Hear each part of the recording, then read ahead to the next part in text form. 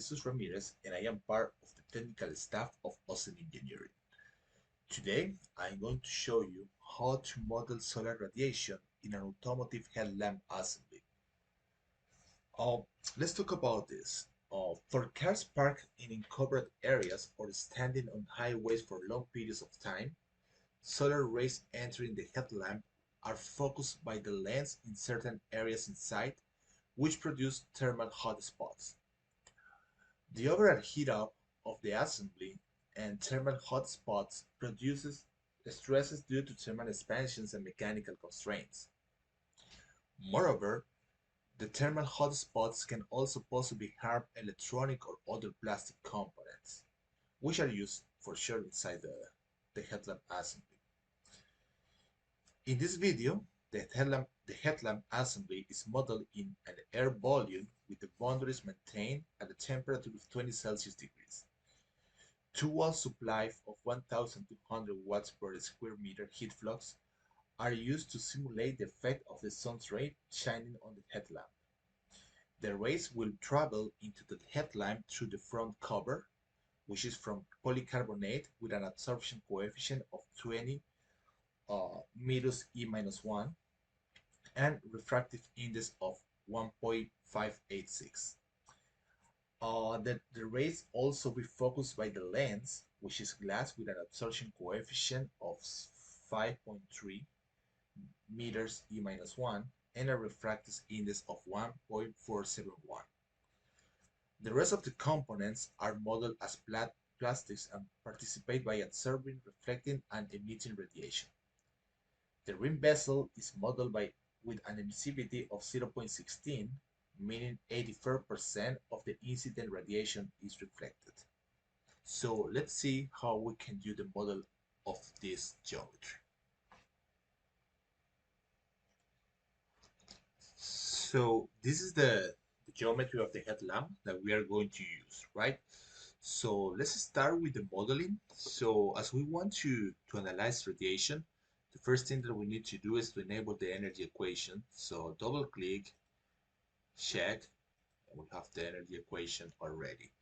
So right now we want to change the viscous model to laminar, right? So in this case, we are not interested on solving or modeling near wall effects or turbulent behavior, right? So basically we can use the laminar approach. After that, then we want to include the radiation model. So double click, and as you may know, there are different radiation models, right? So today we're going to use the Monte Carlo approach, right? This is the one that we are going to use, and we are going to change this value to 20 uh, for the sake of the speed of the simulation for this demonstration, right? So and I'm going to change this value to 10 millions. It is important to recall that the Monte Carlo model is a statistical radiation model that tracks a sample of photons through the system. So the size of this sample is determined by the target number of histories. In general, the larger the number of histories, the more accurate the simulation at the expense of computational time, right? So in this video, we are going to use a relatively low number, but in practice, this number may need to be increased to achieve better results, right? So something important also is the Monte Carlo model is preferred for this case because the collimated beam type irradiation being modeled.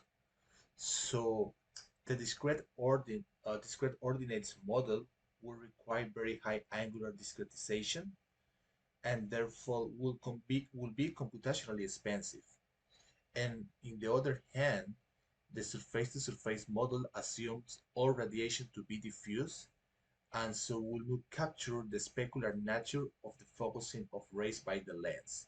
So these are some of the reasons that for this case in particular, using the Monte Carlo model is the better approach.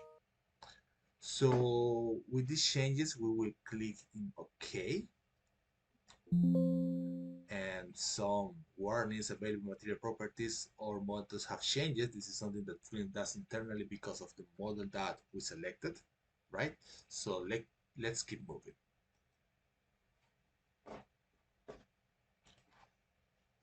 So I have created two materials, glass and plastic, right? So these are materials that I have created and assigned some properties, right? So you can know more about this in other of our videos, right? So what I am going to do right now is to assign cell zones, right? So basically when I go here into the cell zones, so I have different solids created, right? So for example, if I select vessel, right? So this is open, and basically what I'm going to do is to change the material name here, the material for plastic, right? So I will click apply. So now plastic was assigned to the vessel, right? Also, let me see what else. Let me try to do this faster. Okay, so now with vessel selected, I'm going to click right click and select copy, right? And then I'm going to copy the setup for vessel to other solids, so I don't need to double click, enter, and change the material. So I will copy the vessel setup, right? And I will assign that to the holder, to the housing, to the inner vessel, to the reflector, to the rim vessel, and to the seat and steel rim. And we'll click in copy, and then the vessel cell zone conditions were copied to the other cell zones. Then OK, and close. And finally, I will open the lens, right? And I need to be sure that glass is selected. So nothing to do here. Well, indeed, there is something that I need to do. So let me double click here again, right? So I need to click here, participates in radiation. So because I want the lens to participate in radiation. So now I will click apply and close.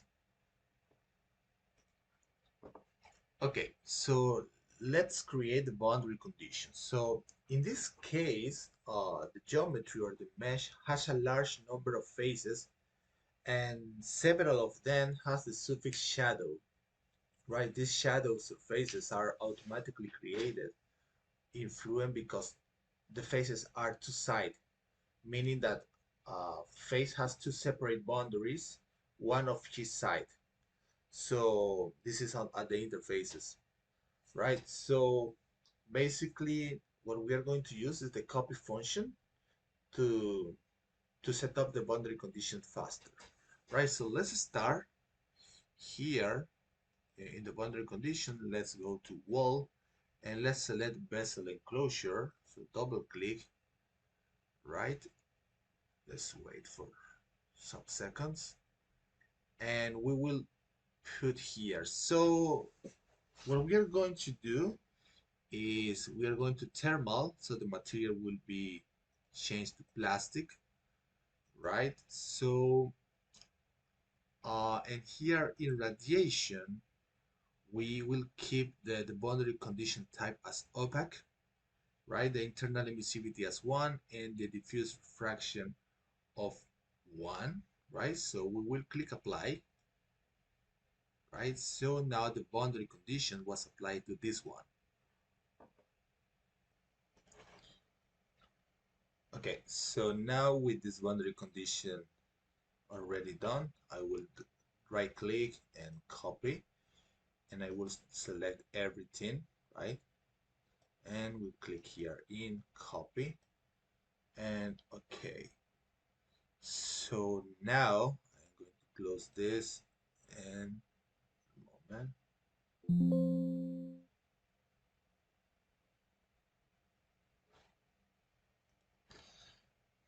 Perfect. And now let's select enclosure lens, right? So it should be here. So double click, right? Let's wait. So let's change the material to glass, right? In radiation, this will be semi-transparent, right? And the diffuse fraction to 0. Okay, then we click in apply. So again, with I'm going to use some copy. So with this guy selected, right click copy, right? And what I am going to do here is to select here the enclosure lens shadow. Let me check for that. Where are you? Here. Okay.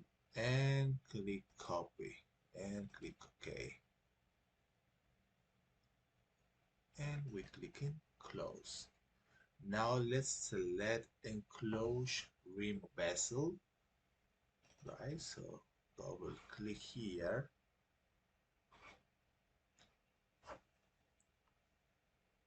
So the material will be plastic, and in the radiation it will be opaque. The internal emissivity we will change it to 0.16 and the diffuse fraction to 0.1, and we will click apply, right?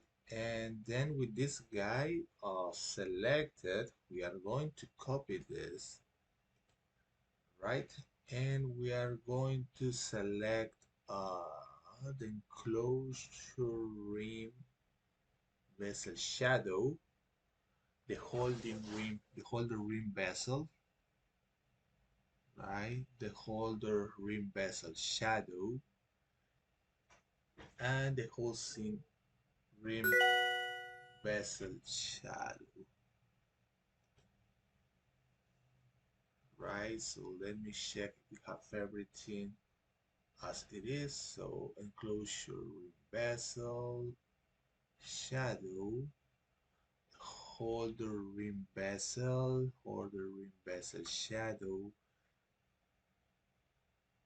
housing rim bezel. Okay, this one and shadow. Okay, click copy, click OK. That's good.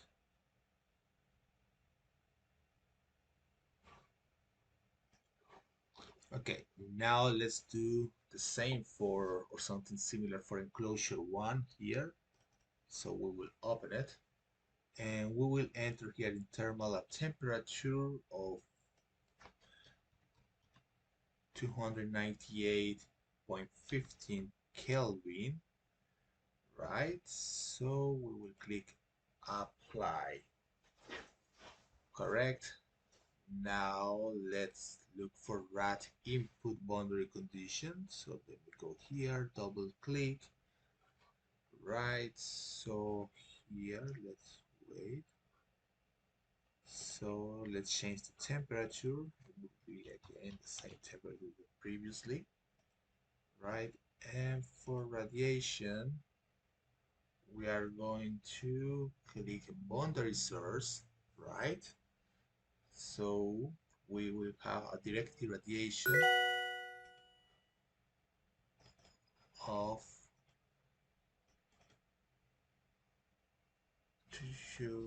1200, right? The beam direction will be minus 0.848 here and minus 0.53 here. Okay, so let's keep this and click in apply. So now with this one, I am going to solve the case, right? And for solving the case, what I'm going to do is going to methods, right? And I'm going to retain the default settings, right? So also I'm going to go here to solution residuals, right? So I am going to click show advanced options and we'll check that scale is selected, right? And click OK.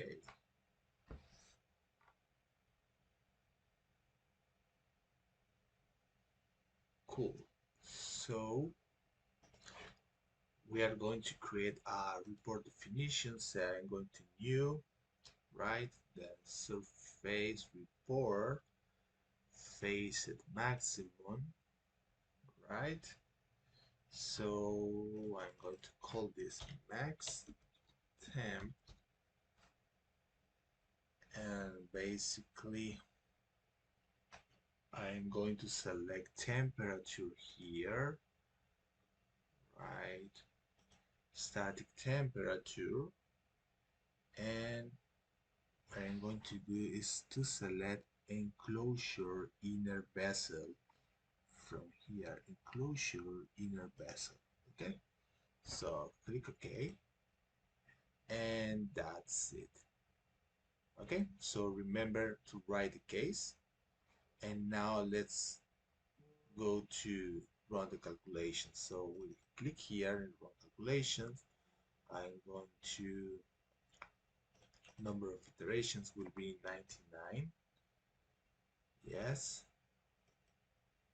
So clicking calculate, and we'll click yes because I want to initialize the case before running, and let's wait until the case finish. Once the simulation finishes, so we can see some post-processing. So here there is a clear hotspot, right? And we can see the location of this hotspot uh, compared with the lens location, right? So this is something that we can see, and we can not only evidently see the hotspot, right? That is a control of temperature.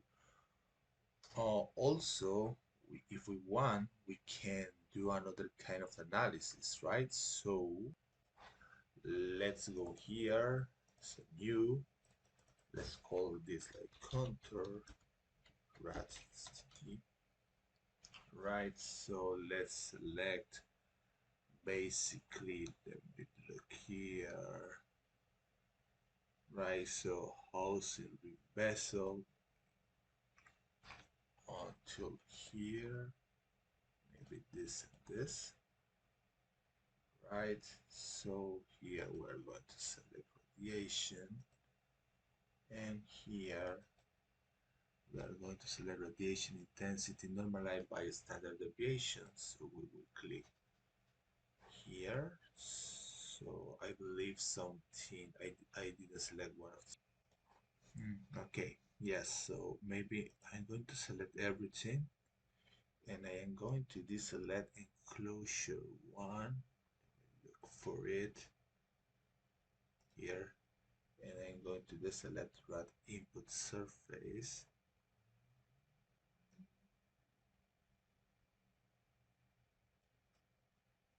This one, see, okay, now it looks much better, right? So uh, this is the standard deviation generally is less than 30 than 30, but here we still see basically values that it sees this value in any small area which is undesirable, right? We don't want this. So maybe increasing the number of histories in the Monte Carlo radiation model will lower the standard deviation and for sure improve the results. However, the simulation will be more expensive computationally speaking, right? So, well, this is like a demonstration of how to set out the Monte Carlo analysis, Monte Carlo radiation model. So, thank you very much for your attention. Bye bye.